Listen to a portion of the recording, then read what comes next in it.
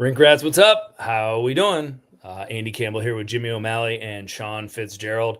Here to talk about Blackhawk hockey. Here to talk about the the absolute red hot Chicago Blackhawks.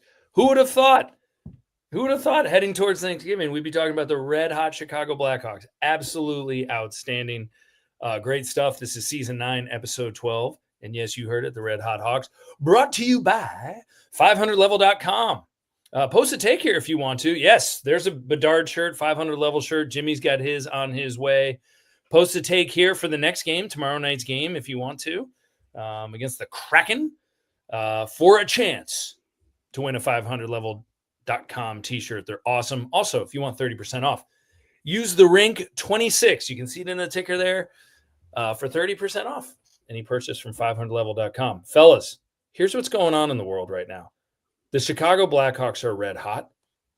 Their superstar hopeful from 2 years ago, Connor Bedard, their draft pick a couple years ago, is a bona fide superstar. He is, bottom line, one of the best players in the NHL right now. And the young kids can play. Dogs and cats living together, mass hysteria. Jimmy, what's happening here? This is awesome. This is everything that we had hoped for. You couldn't draw it up better than this right now, could you? I said this in the chat yesterday. I said I haven't had these good vibes going into a show since I joined the Rinkcast. Yeah. I mean, it's been 2.5 years. I really don't think the vibes have been higher. The team is just winning, and I think the best part is they're winning in every way you want. They're dominating. They're winning ugly games. They're winning in the offensive, defensive zones, the neutral zones. They're just winning all over the place. To quote Donald J. Trump, I might be getting tired of winning. Sorry, that's just funny. People stay with us. He didn't mean that. This isn't political. I'm sorry. I always found that clip hilarious. He's like, we're gonna win so much. You're gonna get tired of winning. But guys, I am not tired of winning. I want to keep winning. This is awesome. Winning is fun. Yeah. Granted, long way to go. Fine. But 5-0-1 in their last 6. And Sean, now every night you turn on the Blackhawks, you're expecting them to win. Yes, every night you're expecting them to win. I have a really good friend of mine who's not a Hawks fan, or he's a fair weather Hawks fan. When the Hawks are good, like, he'll watch the playoffs. He's texting me every night going, this team is fun to watch. Like, he's like, I have Hawks fever and I need another game for my prescription.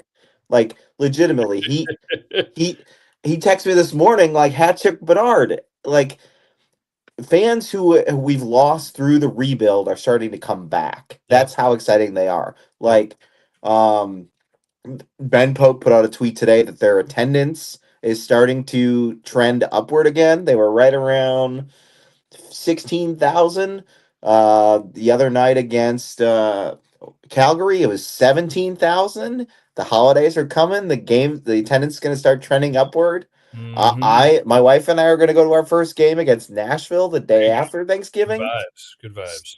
And another thing, CHSN, the Blackhawks viewership is up 131% from last year due to getting that deal done with Comcast. So it's perfect timing. The Hawks are playing well. You expect them to win. They're on cable television, which, if you're an old timer like me, you just pay a little bit more money as opposed to VPNs and streaming services and all that other, whatever those kids are doing. Jimmy, I'm looking at you.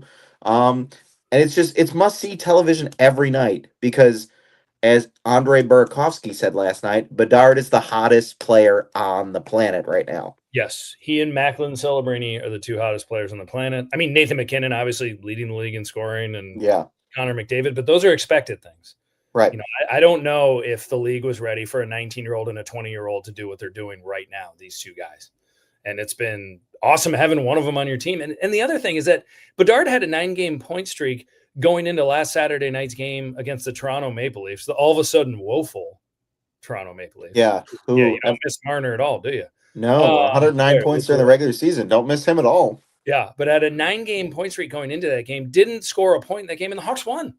Because the kids are taking over. Doc had the game-winning goal.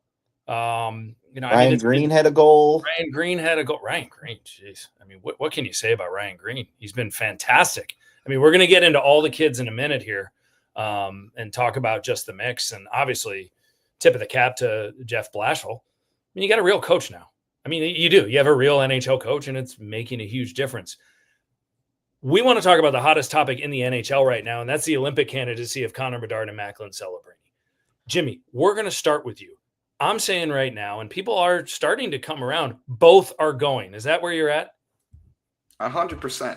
I mean, where does he not fit? Both Bedard and Celebrini, they're both top 4 in the league in point scoring. The other two are literally Nathan McKinnon and Connor McDavid, the 2 best players in the NHL, and they're up there in the top 4. There's no excuse. These guys are top 6 Olympians. I hope Canadian hockey doesn't fall in love with their old-fashioned thoughts when it comes to bringing guys in with your intangibles, and you got to get those grit guys in the bottom 6. I get the value of it, but at the same time, look me dead in the eye and say the intangibles of Sam Bennett and Tom Wilson are more valuable to a winning team than the scoring and offensive touch of Macklin Celebrini and Connor Bedard. You can't convince me. Like I'm not valuing the intangibles of Sam Bennett over the absolute skill of the dual hat trick players of last night. You're not going to convince me otherwise. These are Olympians. Make them Olympians. Yeah. I mean, the other thing too is, these guys aren't playing perimeter hockey right now either. Neither one of them. I think that originally guys like Craig Button and TSN and a lot of other people had Celebrini going no matter what. And that very well may be, and kind of Bedard maybe not going. But now I don't understand the argument now for Connor Bedard not going. And just based on the way he's playing, if he was being kind of given that, hey, you need to prove to us, well, then what's he doing?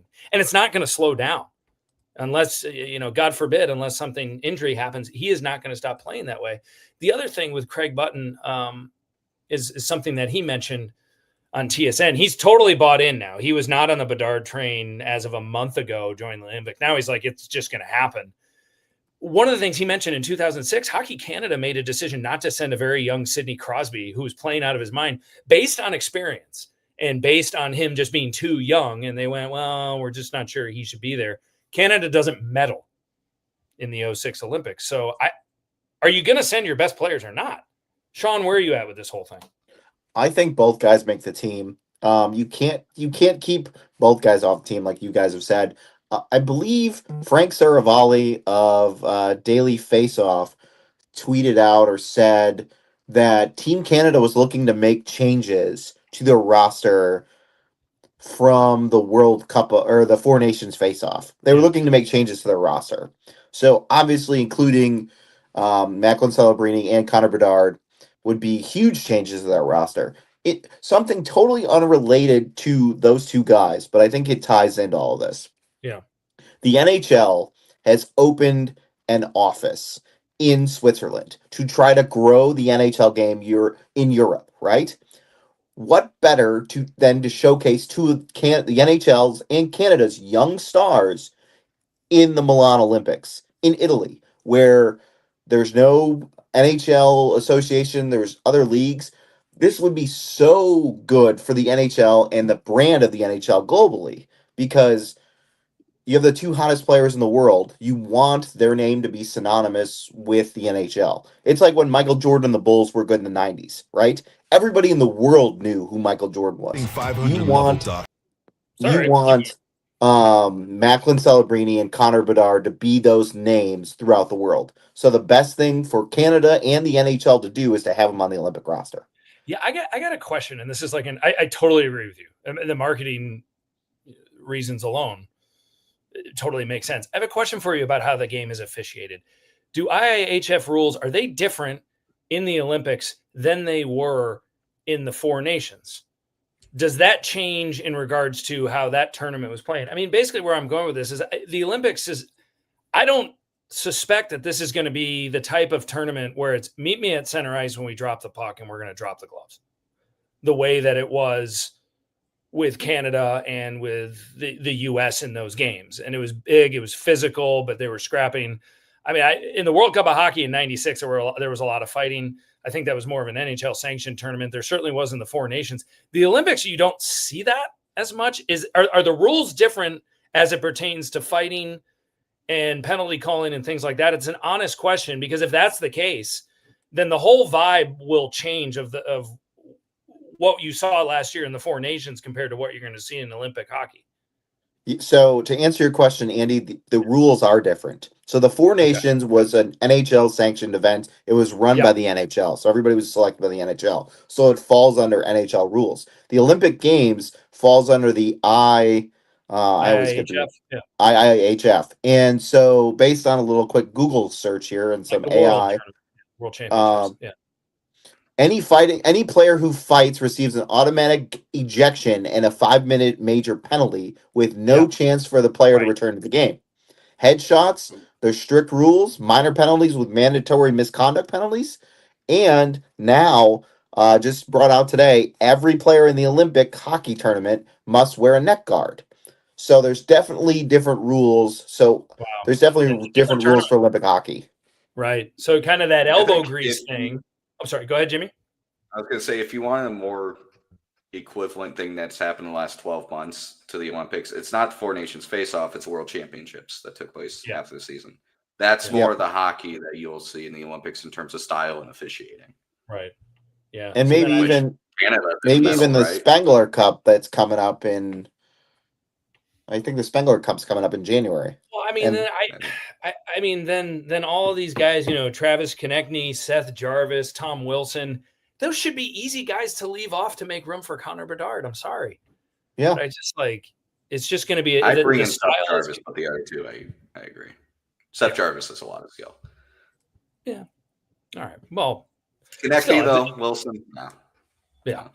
It's a different tournament, different style. So I don't know. I mean, at this rate, I'd be very surprised if both of them don't go. And they've earned it. I mean, these are two of the best players in the league. Their skating is excellent. It's not going to be an Olympic sheet. It's going to be really fast hockey, and they've proven they can do it. Yep, and they can win they can win board battles, go in the dirty areas. I posted something in our group chat the other night where Bedard was winning battling for a puck in the corner, and he was kind of doing the old Michael Jordan lean back and feel out the defenseman to fend him off like Jordan used to do in the post. Yeah. And that takes considerable strength to do that. Like it's Tab Branford, who was on our podcast last week, if you haven't listened to that episode, I highly recommend it, said that Connor Bedard's legs were huge when he came in last year, but he built his upper body this offseason and got stronger up top, which I think helps him win in the dirty areas, which you're going to need in the Olympics. Yep. And another thing, I kind of want to just continue just shower love on Bedard, as we all are. A lot of people worry about like immaturity when he's young. Bedard was given a letter yesterday. Yeah. He was like, Floyd went down and they said, hey, young man, you get a letter. You get a letter on your jersey. That's how much we trust you to be a leader on this team. I mean, if that's not intangible leadership, I know we make fun of intangibles, but Bedard has the intangibles. He has an A on his chest for a game. Well, they give him an A. Gives him an A, and he goes out there and gets a hat trick. Yeah. I mean, what are we talking about here? Yeah. Absolutely. And both guys have the weight of their franchises on them. Like Bedard and Celebrini now, the NHL is trying to make them into the Crosby versus Ovechkin. And that's the only two players that ESPN markets. So, they have so much immense weight on them. Do you think playing for Team Canada, the Olympics, is going to phase them? I think they welcome the challenge. Oh, they'll embrace it. Absolutely. Yeah, absolutely. And last thing about Bedard, he's becoming a true center. This year, have you guys noticed his face-off percentage? 48.3%. Yeah. He's not being jumped 10%. Even if he plays a wing, which he can, sure, he probably would in the Olympics. But you can trust him on center. If a guy gets kicked out of the new face-off zone, you can be like, all right, here's a 50% guy. So, I mean, they're complete players. I don't care about the age. They're good. They both have the analytical profile, the statistical profile. Hell, they're starting to get the intangible profile. These guys are Olympians. There's no argument against it anymore. Yeah, I agree. No, I I don't know. Yeah, no argument against it. You are right. Seth Jarvis has had a pretty good season so far, so maybe he's one that still goes. I mean, he's got 10 goals and 16 points. Brandon Hagel still a pretty good player, but I don't see how you leave Bedard off the roster at this point. So, yeah, there you go. So let's go around the room here a little bit. Jimmy, we're going to start with you if it's okay. I know he's your guy, and you're certainly allowed to reference double nickels when I mention this, but let's talk about the kids and let's talk about impact right now. Who over the last 6 games, I won't mention the number that comes after 6, the 5-0-1 in those last 6 games, who's impressed you? Who do you want to see a little bit more out of? And honestly, I don't think any of the kids right now, there's anything that we could be like, well, I'm kind of worried about this guy. I mean, you could say, hey, Rinzel sat out a game, but he was dynamite last night. Who do you got? Yeah. We were talking about Ryan Green's performance against Toronto. I was thinking of Levshinov's performance against Toronto. That was his best game as pro. I mean, I can't believe he didn't score multiple goals. He was all over the ice. Him and Bedard were just finding each other in the offensive zone and really setting each other up. That breakout where Bedard basically just passed behind his back and Levshinov just took it right to the net and almost had an amazing backhand goal on Woll. I mean, the kid is due. He didn't have the best game against Calgary, but I mean, I feel like this whole homestand, Levshinov, I don't think it's a bad argument to say he might have been he might be our best defenseman of this entire homestand. He's been all over the ice. His silly mistakes are fewer and far between as the season goes on. You can just see him becoming more comfortable on that ice. You see the confidence there. You see that he knows he's good. And I think that's something a lot of young players need to realize. It's like he knows he's good, but he also needs to know what to do as a pro, and he's figuring both out. And what I'm appreciating too, it just feels like, especially in the last couple of weeks, he's realized, oh, I'm like 6'4" and 200 pounds. I should probably do something with that. And he's pushing people off the pucks. He's pushing people away from the front of the net. He's using his stick like Duncan Keith would use his stick and poking the puck away from players in the offensive zone. I want to get this kid's jersey because, I mean, I can't say enough about Levshinov. He has impressed me beyond belief. He really is a number one defenseman in the making, and we've seen it last week. Well, other guys, I don't know. I'm sorry to interrupt you. I don't know if it's in the making right now. I mean, he turned 23 weeks ago. The Blackhawks are winning hockey games, and he's their best right-handed shot defenseman right now, period. Yeah. I mean, who's better than he is on the right side right now? I just, no one. As of this moment? I don't think so. I mean, Crevier's been great. He's Crevier's been awesome. Amazing. He's been outstanding. I mean, talk about seizing an opportunity. But I think Levshinov has been better than Connor Murphy this year. I think you can make that argument. He's been better than Sam Rinzel this year. I mean, I think your best right-handed shot defenseman right now on a team that is currently in a playoff position just turned 20 years old. That's cool.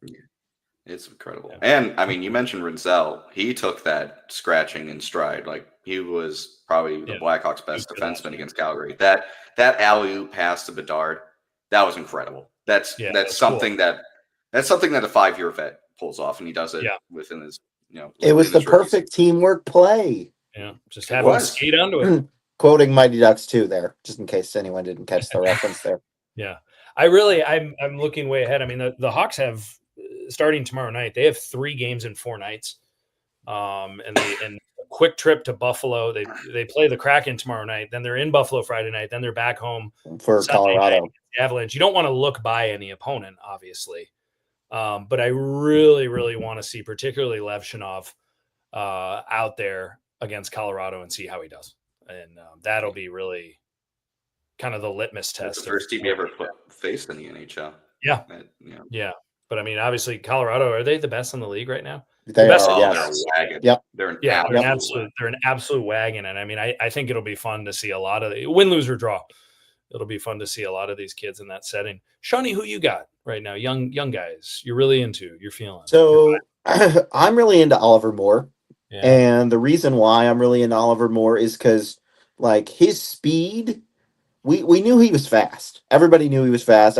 But his speed is a difference maker. The ability that he has to reach top end speed, I think is faster than any guy in the NHL right now.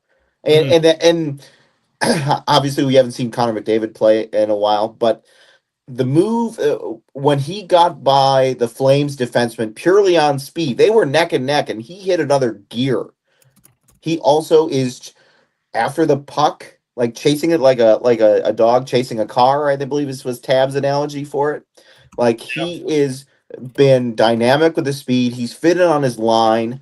He's still not scoring quite as much as I think the Blackhawks would hope, but that I think will come. I think that speed is just such an issue for teams to defend against that if he doesn't score, he's going to put the Hawks in a good enough position to hopefully have somebody else on that line score. But Oliver Moore in his 16 games has been great. And I think he was ready. Like the Hawks brought him up at the exact right time and he was ready. They didn't, there was no more seasoning he needed. He was ready to go. And he's played really well since he's been up. Jimmy, what were you and I referencing right before the show with Oliver Moore? Oh man, now I'm forgetting. He ain't going back. No, oh, he ain't going back. He's not going back to Rockford. Not going back. He still leads the Rockford Ice Hawks in goals, and he hasn't been there in like 3 weeks. Like, yeah, that's just how good he was in Rockford. Yeah, no one has even touched his goal. He's here to stay. He is definitely here to stay. So, well, and Andy, I left your guy for you, so I appreciate that. Yeah, you got to leave Levshunov for Jimmy, and you got to leave Ryan Green for me. Those are the rules. Yeah, but then that's good for you, Sean, because then you get the wild card pick. You know, I got a wild card. You know, I don't think anyone, myself included, and I've always been on the Ryan Green trade. And not to say I told you so, I'm not going to do that, but I have always been a big fan of Ryan Green's hockey game dating back to Boston University. He's been superb. He's been awesome. And I don't know if anyone saw how consistent and composed he was going to be. But it does make sense considering the multiple situations he played in college hockey. He first team power play, first line center, first team PK, always on the right side of the puck. His hands are really good. That stop in between the legs when he fed Bedard on the Bedard's second goal last night. That pass was disgusting. It was a really nice play. And you know, the dish that Levshunov gave him the other night and then the 1T. I mean, I think that the Blackhawks are very lucky with what they have in Ryan Green because he can play in all situations. And he if you say, hey, you're going to go out there and you're going to play with top guys and we want you to get on the board, he'll go and try to get on the board. If he's back in a third line center role, he'll play the defensive zone really, really well. His versatility is very noticeable. And I think this is a guy that a lot of people said he will not make the team out of camp. People just assumed he just. That was the plan, I think. Yeah, but an injury happened, and he sees the moment. I mean, unless there's some sort of serious regression or rehab assignment post injury at some point in his career, he might not even sniff the AHL at any point in time. Never has, never will.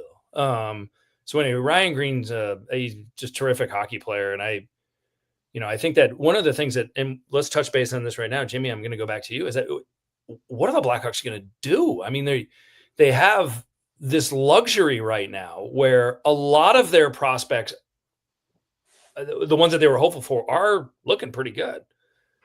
They've got more coming. They have some real hard decisions coming up in the years to come and what to do. Any thoughts on that? Any players where you're like, this might not work out, or any you want to see give chances to, or any that you think are hot right now where you're like, well, maybe a slide could be expected. Obviously, Frank Nazar's not as hot as he was when he started the season and he got hurt, and he'll be back. But is there any thoughts around that, or you want to touch base on that a little bit? It's becoming a good problem to have. I mean, Correct. I feel like 2 years ago we're going, who the hell was in the system? Like, oh, let's hope this Nazar guy works out. Ooh, this Renzel guy, he looks like he has like the intangibles in the body, but like, let's see if he can develop. And now we're sitting here like, we still got 5 first-round pick forwards that we drafted the last 2 years that haven't even touched the AHL or NHL. We're still waiting on them. Like, holy crap, that's like half a forward group. Yeah, And they're still Nestrel, waiting to see. Mustard, Boivin. Yeah. They're everywhere. Van Acker. They're everywhere. Van Acker. They are everywhere. Mason I think the nice West. thing is Roman Kantarov. Yep. Roman He's coming to Kantarov, Nick Frondell. Remember Wartis. that guy? Yeah. Remember Frondell, third AJ overall pick. Spellacy? Remember him? Yeah. Oh yeah, Jack Pridham. he's a winner. Yeah. Nathan So I Benz. guess, Jimmy, when does this happen? When do the Hawks have to have these critical moments? Or is it just older guys when contracts expire and just say, all right, bye?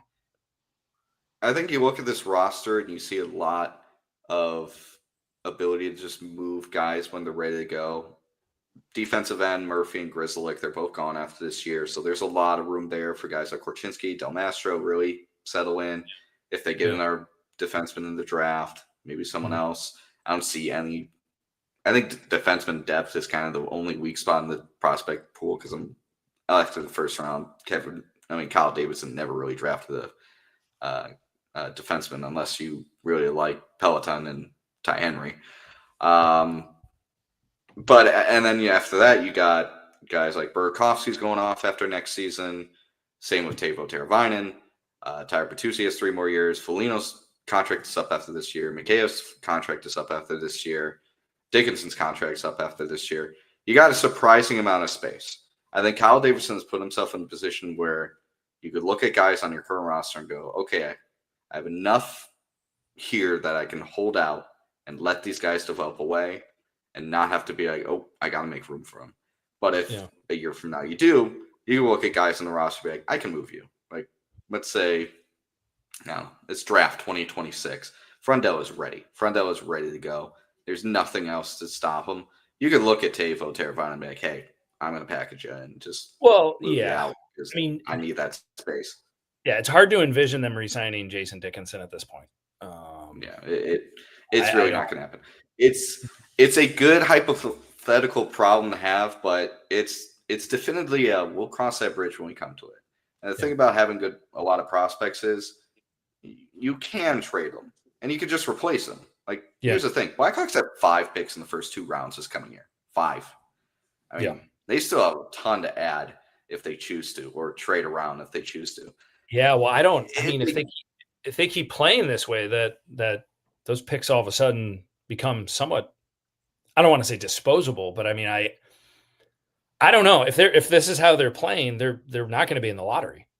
No, if the season finished right now, they'd have the 16th overall pick, but they would be in the lottery due to Florida's pick.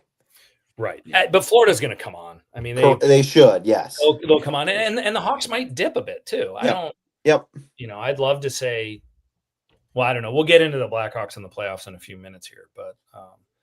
But yeah, I mean, you do consider moving picks at some point because you don't have room for these prospects. You don't have room for all the contracts. Or you do what Kyle Davidson. I was going to say, or you do what Kyle Davidson has done for the last 3 years and just trade up in the draft and go, I don't need quantity, I need quality. I don't need 3 second-round picks. I'd rather move up in the first.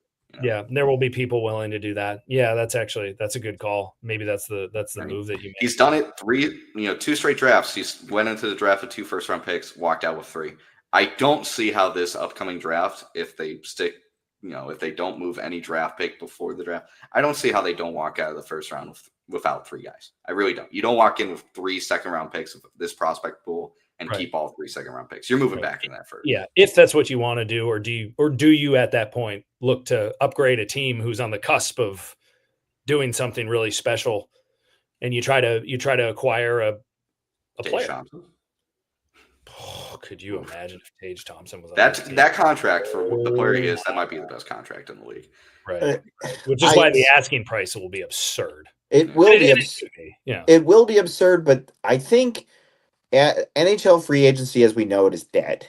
And when I say that is like teams aren't letting guys go. Like Adrian Kempe, this offseason was supposed to be the free agent year of like Kempe and Martin Nakis and like Connor McDavid at some point. Right, and Michael. And all those guys re-signed. And I think teams realize that like drafting and retaining your guys is the best way to succeed. The way to do it. That's the way to do it. That's why with the rising salary cap, you will not see a UFA market that's No, very exciting it's gonna be a until it while. stops rising and it's exponential. Yeah, it's gonna be a Any while. player yeah. team So wants like to keep. like the days of signing Marian Hossa they're done. Now the only way to acquire top end talent that you haven't drafted yourself is to make a trade. Mhm. Like we saw that with when why can't I think of his name? He was dealt from Colorado to Carolina to Dallas. Why can't I think of his name? Rantanen. Like No. he was the big thing. Mitch Marner was traded, a sign and trade with Vegas. Like you're not going to see that, and that's why I think Kyle Davidson's set up perfectly because he's going to eventually. I don't think the problem's going to come in the next year or so, but eventually you're going to have too many prospects bubbling up to the surface, and you're not going to have all the roster spots. So you have to choose which guys you're going to trade for, hopefully a superstar caliber player, and Right. get back in return, because eventually somebody's going to be rebuilding, or they're not their window's going to close. Like Toronto's is currently closing. Maybe you go and you get a guy with the draft capital you have and the prospect capital you have. Well, yeah. Well, and I think that's why we throw out names like Tage Thompson. That's why it's intriguing in the sense where if Buffalo decides to actually blow it up, and they are the worst team in the NHL, I think, as of this moment. So you got They were. It was I'm them sorry, or Toronto. They're worst in the East. Yeah, they're fourth from the bottom right now. But they're in the basement of the East. And the we reason it's fun to the reason it's fun to Lean and Tage Thompson, like, I don't want to be here if we suck. Yeah, right. If we're going to blow this up, I don't want to be here anymore. And the reason that it's fun to knock around Tage Thompson and the Blackhawks, will it happen? Probably not. But it's fun to kick it around, is because if you're blowing a team up and you want to move a premier player like Tage Thompson, the Blackhawks have exactly what Buffalo wants. Prospects and picks. Prospects and picks. And you don't have to retain a cent. No. You can take all of it. Yeah. So, yeah, that would be really interesting. Now, speaking of trades, and Sean, I'll go to you real quick on this one. Speaking of trades, this is interesting. Jason Robertson. Oh, yeah. For his future. Jordan Kyrou, interesting thought. No, thank you for me, but we were willing to talk about that. He's a good player. He's really fallen out of favor in St. Louis. That contract is a little rough, too. Yeah, St. Louis really overpaid players, and they're in a tough spot right now. They're terrible. That whole defense that I thought was going to be bad last year is finally bad. Yeah, I mean, Power is like a non-factor. Yeah, they're a little like Stonehenge. They're old, they're rickety, and no one's exactly sure why they're there in the first place. Aliens. Like, yeah, right. But anyway, yeah, the Druids put them there. I think I forgot what I was going to say, but you're asking me about a trade. Yeah, okay. A lot of Blackhawks fans right now are taking to social media, and they're talking about trades right now. And we're not here to say, "Hey, fans, you're wrong." But Sean, is this the time? I don't think it's the time right now, just because of the chemistry within the room right now. I read on social media all last night like that the Hawks locker room was bumping after the game, like they were having a great time. Andrei Burakovsky stepping into the interview and saying, when they asked Connor Bedard how well he's playing, he goes, "Hi, I'm Connor Bedard. I'm the hottest player on the earth."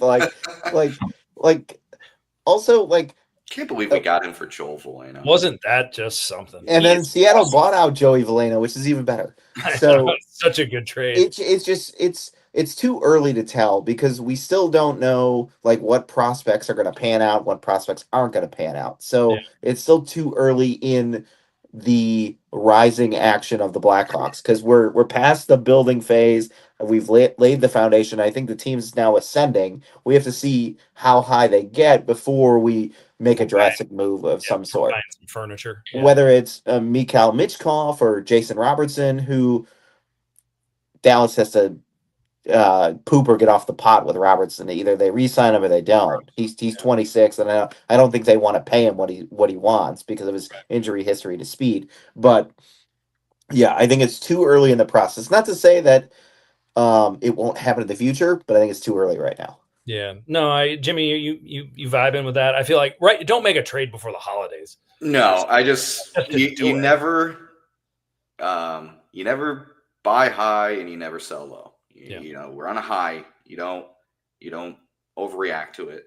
I mean, I'm not opposed to the idea of being a buyer at the deadline if we're still in the playoff spot, but we still have to be in the playoff spot in that time. But Jimmy, Hello? I think you need to preface your buying. You buy for the future. You're not buying just for this playoff run. You're buying for this run and several other runs in the future. You're not buying a rental with this No, team you're not at any point. You're not a win now rental. That's no, you're buying somebody who can help you in years to come, but doesn't block a potential prospect. Yeah, and I mean, whether it's the left-handed defenseman that Andy covets that we think the Blackhawks need to pump him over. Yeah, if you can buy that, buy that. He is playing well, but they might need to. They might. We don't know. They might need some help over there. The other thing too is that if you are going to make some sort of trade this year, even before the deadline, or if you're going to do it in the next few months, you can't move someone from the current locker room right Correct. now.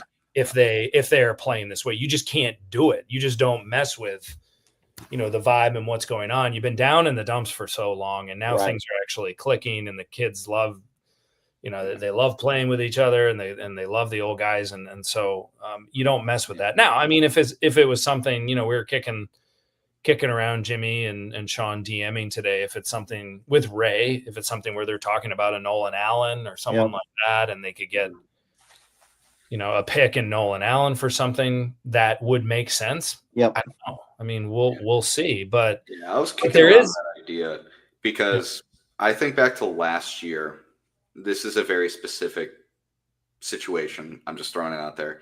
You remember Dylan Larkin and his comments to the media after the trade deadline where he kind of called out Yzerman and said, like, I feel like we didn't get rewarded for being good, for playing well, and the Red Wings kind of sputtered. Now, I'm not saying Connor Bedard is going to go out to the media and say, well, I feel like we're not being rewarded for being good.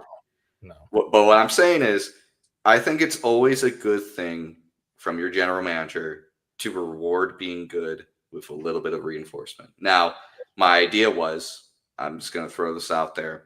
If we are going to do like a 1-year rental, like guy for the end of the year going into the playoffs, a guy we can let go, I was shopping the idea of like a 3rd round pick, Nolan Allen, for like a depth guy. I was thinking guys from like a bottom feeding team with, that probably don't have any expectation playoffs. I'm thinking like Michael Bunting from Nashville. Yeah, sure. A couple guys in Seattle, Mason Marchman. Someone with some elbow grease. Yeah. Yeah, some elbow grease that you go, hey, this is a pretty good depth guy, bottom 6, doesn't mess for sure. Doesn't need a lot of minutes. That is an ultra specific situation.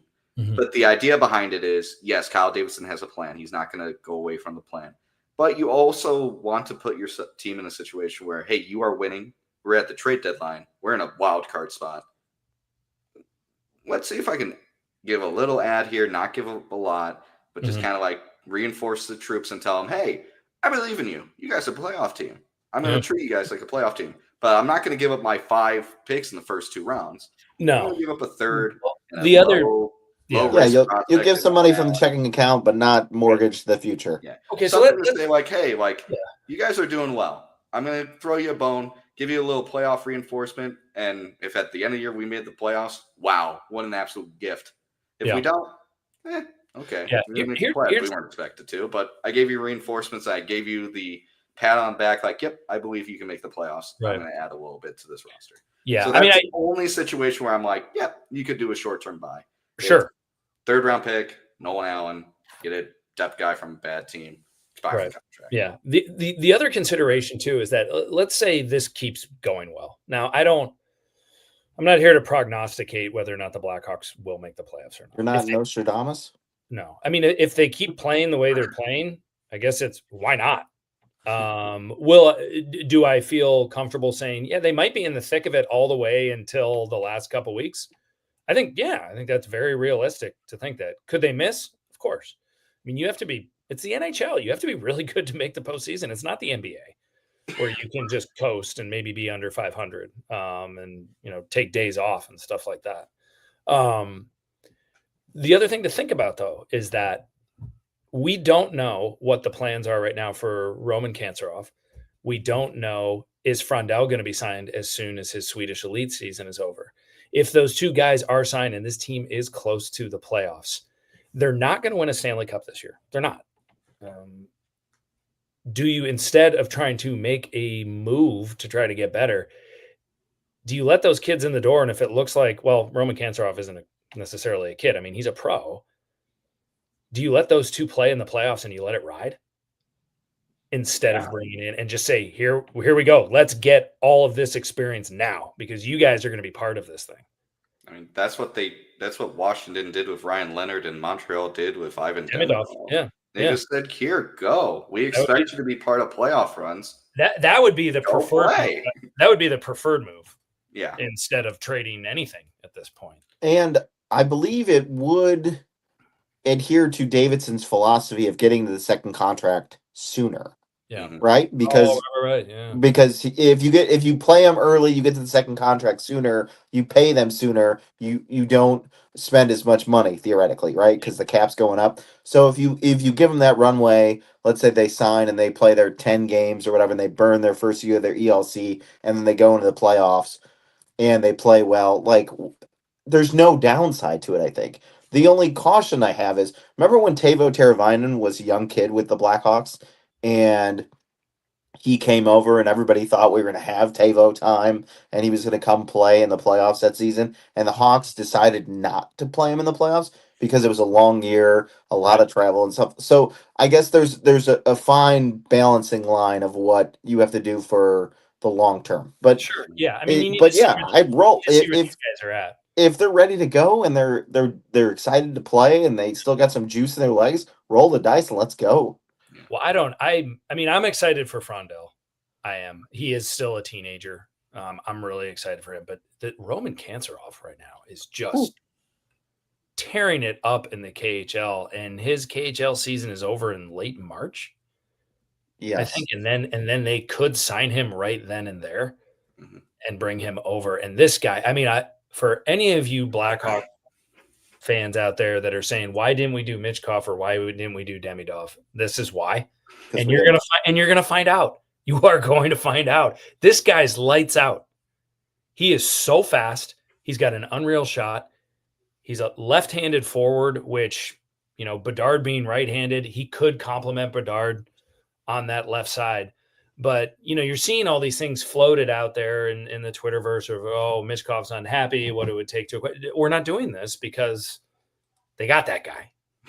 Yeah. That guy's probably coming pretty soon. Yeah. I think the thing with Kanserov, I can't remember who it was, but someone asked like an NHL insider about like the Blackhawks prospects. And this was a couple of weeks ago, and they asked him like, "Hey, who you more excited for, Nick Lardis or Roman Kanserov?" And I think he replied, he said, "Roman Kanserov, 100%." Yeah. And like you think of just Nick Lardis, like he looks good in the AHL. He had an unbelievable season last year, and this hockey insider is like, "Yeah, Roman Kanserov is a different level than even Nick Lardis in terms of just being a prospect." And like when I saw that, I'm like, he has 18 goals, 13 assists in 28 games. There's 31 points in 28 games. He's better than a point per game. I know plus minus is an irrelevant stat, but he's a plus 15. Yeah. I mean, it's not that irrelevant. If it's good, it's not irrelevant. Yeah, if it's good, it's not. You can make the argument against it. If you're a forward and you're in the minus, you can make the argument of why. Right. That doesn't matter as much. But if it's plus, that's nice. Yeah. And this could be Artemi Panarin like arrival. Yes. I think I saw a stat in terms of players like 22 or younger in the KHL. His rate of scoring is the highest, higher than Eric Senko, higher than Michkov, higher than anyone. Higher than Demidov. Yeah. So you don't higher than Demidov. Yeah. So all of these things saying, they need to get a guy for Bedard, and they need first of all, Bedard's fine. They need to do. He seems to be doing really well. Green. Yeah, I think I haven't been watching lately. Bertuzzi was on a heater playing with Bedard before he got hurt. Ryan Green's been scoring. He's a superstar. He's a superstar. Yeah. But all these things, and they're saying, well, maybe we should go out and get these guys. These guys are actually coming. Yeah. They're gonna be here. They're already here. Like they're in the organization. Like, you don't need to get them. They're already here. And I mean, and Tam Frondell Bradford's could be the Leo Carlson of this draft. yes, which Leo Carl Leo and Carlson's on the tear too. Holy crap! Leo speaking Carlson, of really good.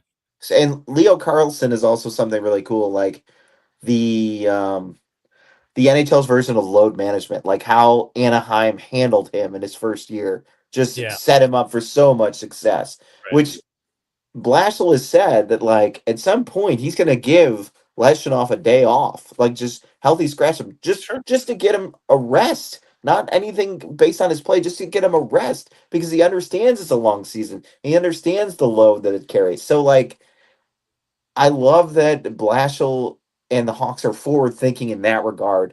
Absolutely. In terms with the team. Well, and they also like when Frondell shows up, you know how important it's going to be to his development. Just be like, you don't have to be the guy here. Right. You just have to be a guy. You just have to be a guy. Yeah. And we expect you to do well. Yeah. But his supporting cast to show up with the kind of players he's going to be around, that'll be like, yeah, dude, I know what it was like at your age, but hey, come along for the ride. He's going to walk into the room. Blashill's going to put his arm around the shoulder, point to Frank Nazar and Connor Bedard, and just be like, attach yourself to their hips, and you'll be fine. And Burkowski's like, I'll teach you the ropes, kids. Come here. Yeah. I'll teach you what sewer ball is and how bad Renzel is at it. Right. So what you don't so you don't go out and trade for guys right now when you have at least these two guys and more coming into a situation where they're going to be set up for success. Right. Just kind of, it's really exciting. Yeah. It's fun because like we're really watching good hockey and it feels like we're scratching the surface. We're just getting started. We're just getting started. It's I mean the next 7, 8, 9, 10 years are going to be really, really fun.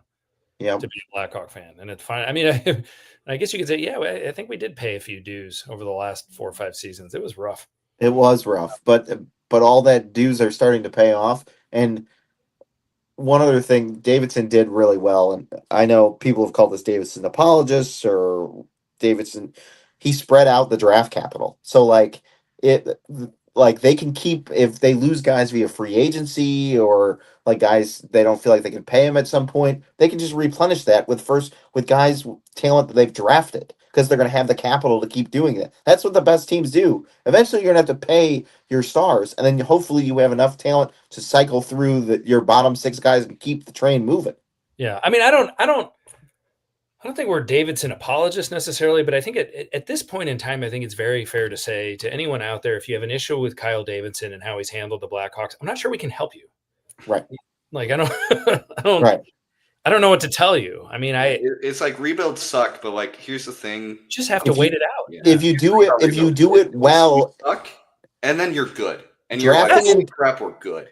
It's not like Buffalo or Edmonton before they got McDavid. You draft and you develop and you have a plan. Buffalo, that's the thing. Buffalo's never really had a coherent contingent plan to how to make it work. Buffalo's such a mess. It's such a mess. It's a disaster. Being a Sabres fan I think fans really overreact to the idea of rebuilding because of the Sabres. But you look at the Sabres and the guys they've drafted, and you're like, holy crap, that's a lot of talent. They just really blew it. Yeah. But Eichel, Ryan O'Reilly, Owen Power, Sam Bennett, Sam Reinhart, Brandon Montour, like. But they just threw him out there. They threw him out, and they don't know how to develop. It's not that they didn't have good draft picks, and it's not like they didn't draft well. It's just they screwed it up. They have a horrible system. They have a horrible culture. They don't have any development. They're probably going to ruin Zach Benson, which is really upsetting because I love Zach Benson. Yeah, but they're going to find a way to ruin it. So I mean, I think that's why Tage Thompson shouldn't stay there. No, he should come to Chicago. He looked really good in this jersey. Yeah. So good. Yeah. It's just, I think it's just, I blame Twitter. I blame social media. I think people just. And rebuilds are painful. They're hard. They suck. They're hard. The last 2 years, remember how many times we're getting on a pod and we're going, hey, everybody.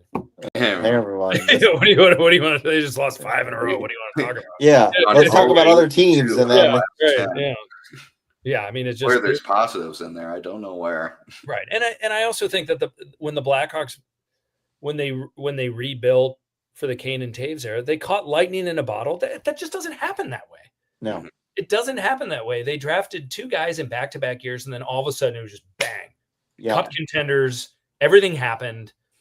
And it was just not, it just doesn't work that way. You had 3 Hall of Famers on that team. Duncan Keith, you had 4 Hall of Famers on those teams. Because Marion Host is in the Hall of Fame, so's Duncan Keith, and Kane and Taves will be in the Hall of Fame. That doesn't happen overnight. Yeah. No, I just want to end this segment with this thing. It's just, you realize, especially interacting with some fans forget teams rebuilt. I saw a tweet, someone said oh, Tampa and Florida never rebuilt. And then someone responded, yeah, Tampa and Florida, 2 teams that never famously drafted in the top 3 between 2008 and 2015 ever. Yeah, right. People Tampa had a lot of growing teams. Yeah. And then they forget, oh, yeah, a decade ago, they were probably a laughing stock. Yeah. Here's the stat. You know how many teams in the salary cap era have won a Stanley Cup without a top 3 pick that they've picked on their team? 2.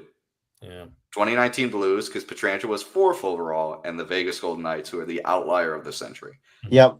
And what did I tweeted out? Expansion draft made that team. Yeah. Yeah, and I tweeted out Scott McLean, who say what you will about being a. That's right. Yeah, that's right, Jake.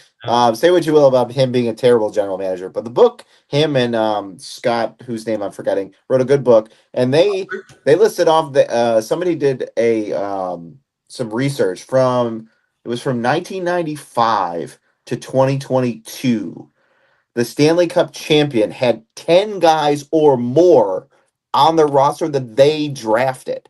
So drafting and development matters so much in this sport. So much. Yeah.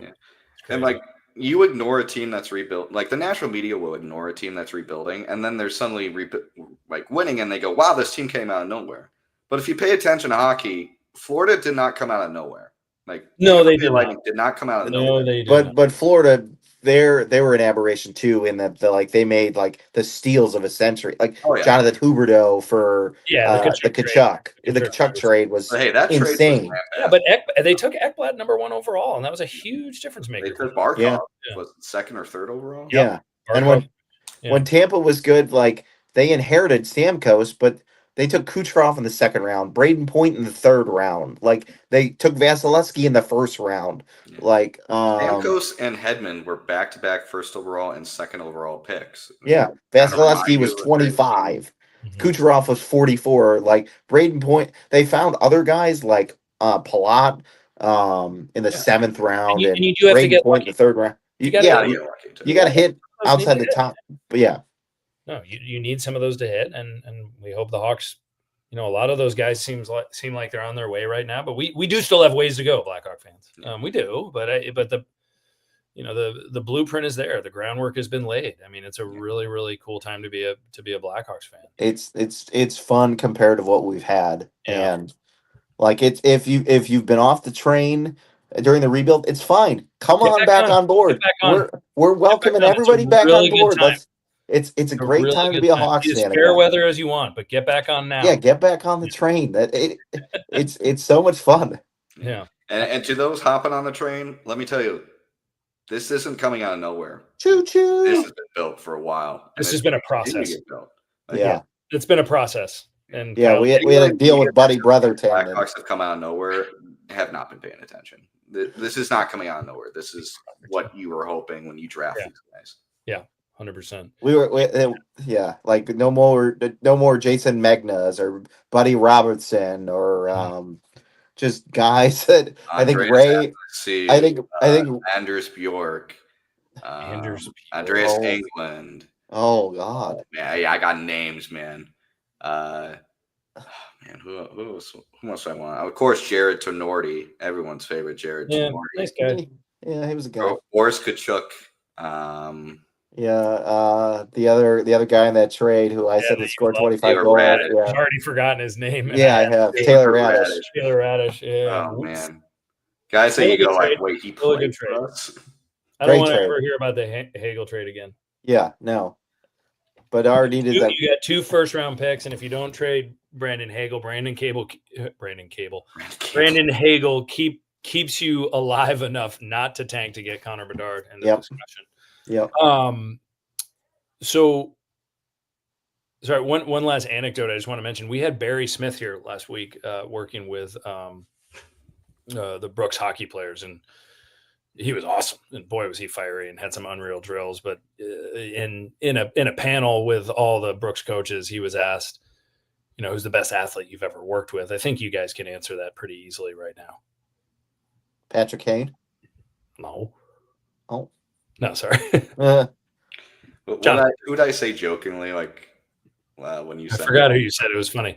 But no, but he said Jonathan Toews was the best athlete he's ever worked with due to his work ethic and his tolerance for pain and finding those levels despite fatigue that he kept reaching, which was really cool to hear him talk about that. But I specifically asked him one-on-one. I was like, tell me about the 2013 team. And I don't, because everyone always wants to talk about the 13 team out here in Boston because it was, the Bruins and the Blackhawks and the Stanley Cup. Made that unbelievable streak to start the season. Yeah. And I go, what was it about the 13 team? And he just goes, Seabrook. He goes, Seabrook. He was like, he goes, I love Jonathan Toews. He's the best athlete I've worked with. Yeah. And he goes, but that was yeah. Did you guys see this? No. 35 minutes ago, Elliot Freeman tweeted, Adam Lowry and the Jets close on a 5x5 extension. There you go. It's just free agency. Free agency is dead. It's not happening. It's going to be a while. As long as like you said, Jimmy, as long as the cap keeps going up, they're going to be able to pay. Teams are going to be able to pay their players, and people are going to want to stay home. And I believe, correct me if I'm wrong, I think this is the last year of the NHL CBA. Yeah, they're pretty close to re-upping it, I believe. I've heard good news about the negotiations. Okay. So apparently it was negotiation extensive through 29-30. Okay. So it'll be through 29-30, and there will be an 84-game season and a playoff salary cap. So no longer will Vegas be able to flout the rules. Or Florida. Flout. Well, the Blackhawks. It's funny how the Blackhawks are the first team to flout that rule. First team to do it. Yeah. It wasn't intentional though. Patrick Kane did break his collarbone. No, they didn't shut Kane down, but it did allow them to get Antoine Vermette. Chemo team too. Man. I was so glad we were able to. I always love getting guys their first rings when the year they retire, and it was so cool seeing. Michael Hanzus, when Toews said, "Come on, big boy," and gave him the cup. Come here, Zeus. Yeah, and where's my boy Zeus? Well, and Jammer too, Jamal Mayers. Oh yeah. He was on that team, and there's that story about practice before Game 6, and Toews skated over to Jamal Mayers, and he went up to him. He goes, "Look, it was a morning skate. He goes, tonight I'm going to give it to Zeus first, but then you're right after him." And Mayers his eyes just welled up, and he skated away. It's like, get away from me! I can't hear this right now. Like I can't. Yeah, it was pretty cool. Hopefully, we'll have those stories in the not too distant future. Yeah. Toews did do. I give it. Toews did some really good handoffs. So 15, Timo, come get it, big boy. Yeah. Where's my boy Zeus? And in 10, it was Hose. Where's Hose? Yeah. And he's right in front of him too. That's awesome. I think my favorite part of the Timonen handoff was Timonen turns around to give it to another player, and Toews just goes, "Go for a skate, baby. Go for a skate." Yeah. Chemo. He's like, do not hand it off. You take a lap of that cup. Chemo. Yeah. But I got to dream again, Blackhawks fans. I have a trivia question. All right, trivia. All right, so in the last since 2015, Louis Crevier has the most NHL games played by a Blackhawks 7th round pick at 74 since 2015. Can you name the second most games, the player with the second most games from the 7th round drafted by the Blackhawks? Ever? No, just from 2015. Well, 2015 on. 2015 on a 7th round pick. That is the Victor Svedberg. Victor Svedberg was not drafted by the Hawks. I mean, Bufflin was a late pick. But he was that predates. And he wasn't a 7th rounder. This was before this because they narrowed the draft down to 7 rounds. Bufflin, I believe, was picked in the 9th round when it still existed. Can you give me how many games as a tip? I can, yeah. It was 15 with the Hawks. Wow. I can even give you the year he was drafted, 2018. Is he? I will. He's I'm not going to get this. He's the brother of Eric Andrews' favorite player. Oh, Josiah Slavin. Josiah Slavin played 15 games for the Hawks. I remember Colorado College. He was pretty Yep, he played 15 games for the Hawks in 21-22. Those are the only 15 NHL games he's ever played, and he's currently with the Chicago Wolves. Yeah, I've seen him. So, just a little bit of trivia there, because my boy Louis Crevier has been very, very good. Or Creever, as I affectionately like to call him. Hitting on a 7th round pick has to be like a drug that like no one has ever taken, because I mean that is something fun. Another favorite of mine, Matt Tompkins, was a 6th rounder. He's only played 6 NHL games. Yeah, I think there's a famous 7th round. Oh no, it was when the draft was. Dave Taylor was a 15th round pick, 210th overall for the LA Kings. Played his entire career in LA and played 1,111 games and had over 1,000 points. It was a good late pick. Yeah. And the NHL draft, because I'm reading Draft Day by Doug McLean or whatever, the rules, it was just so crazy back in the day. Eventually, the rules, and then they narrowed it down. And Wayne Gretzky was not drafted, by the way, when the WHA and the NHL merged, because he had a personal services contract with the owner of the Edmonton Oilers, and that's why Edmonton was allowed to keep him. Yep. Now, his first pro club was the Indianapolis Racers. Which, if you saw, I believe... they got throwback unis. Yeah. Who are they? Indy Fuel. Yeah. Indy Fuel. Yeah, Indy Fuel. Very cool. If you're on Twitter, check out Indy Fuel's Twitter account. They got some throwback jerseys. Shout out to the ECHL for fighting for higher wages for their players. Those guys only make like $15,000 a year. Yeah, $20,000. Yeah, it's crazy. Yeah. So hopefully shout out to those guys for trying to make some more money, because that's not enough to live on. That's not. Well, folks, we've eclipsed the hour mark because we're just having way too much fun. It's fun. This is fun again. Fun. As Nuke Lelouch says in Bull Durham, I love winning. It's like better than losing. Pretty good. Yeah, pretty right on. But anyway, thanks for joining us tonight. Hey, 3 Hawks games in the next 4 nights. Seattle Kraken. Follow us on Twitter. Follow at Mally Jimmy. Follow at Andy Campbell 16. And follow Diesel3426 for updates on games and some of our analysis. But you got the Kraken on Thursday night. You got at Buffalo Friday night. These are games. The Blackhawks, we expect you to win now.